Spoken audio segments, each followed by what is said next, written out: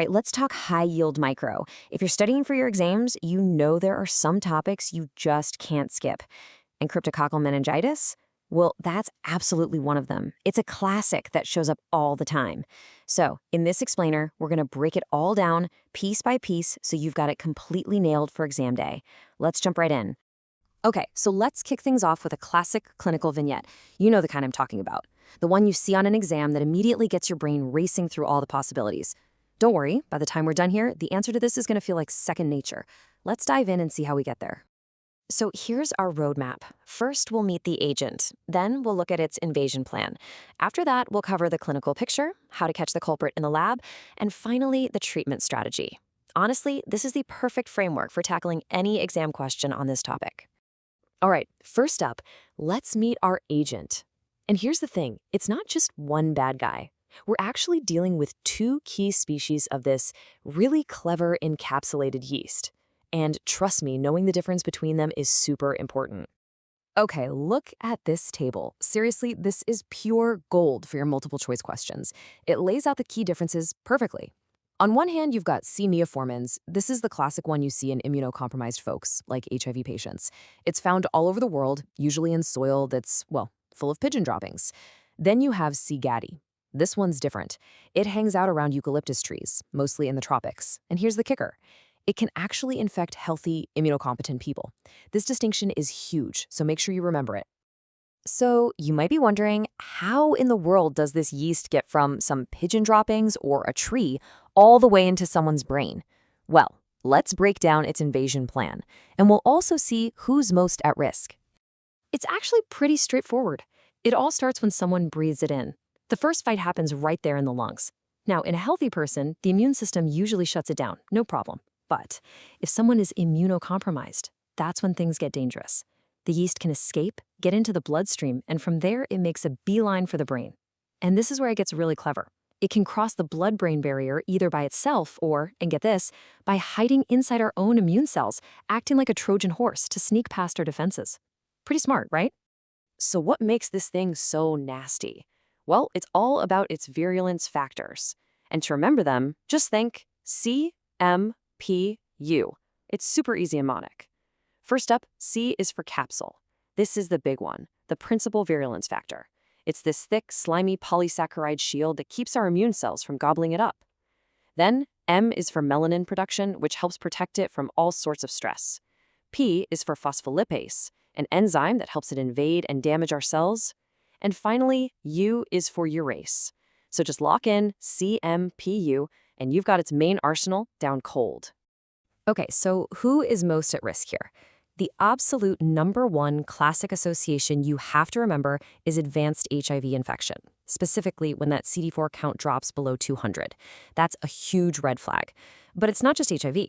You also have to think about patients with hematologic malignancies, blood cancers, also transplant recipients, and really anyone who's on long-term steroids or other immunosuppressive drugs. These are the exact patient profiles you're going to see in exam questions, for sure. All right, so we know who gets it and how it gets in. But what does the patient actually look like when they present? Let's get into the clinical picture.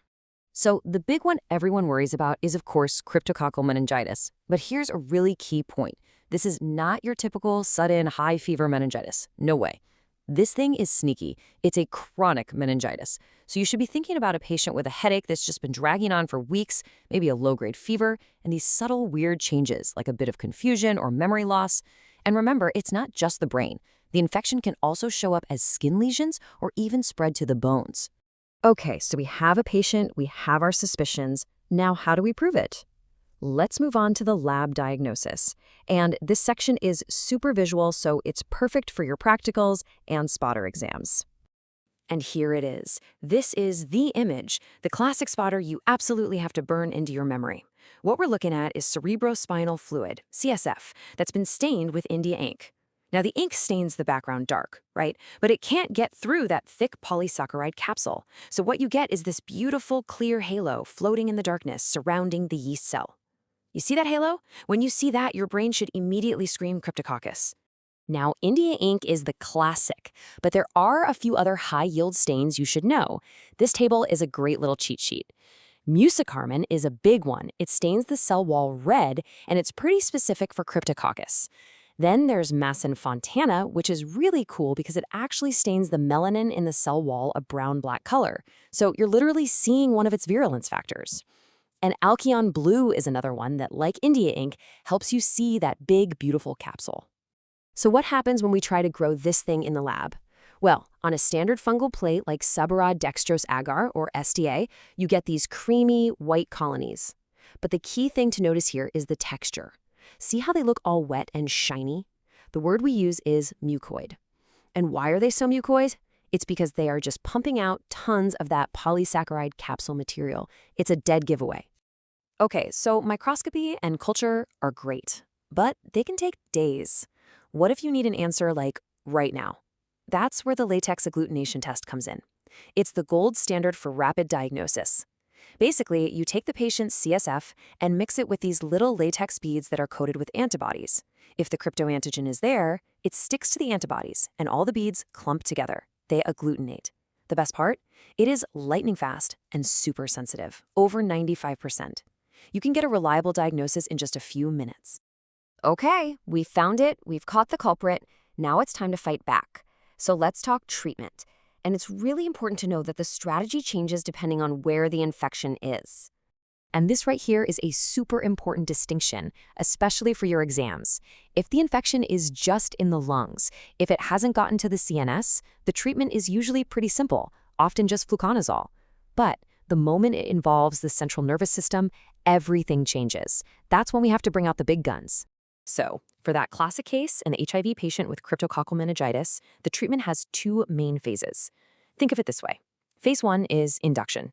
This lasts for 2 weeks, and the goal is just to knock the infection down hard and fast.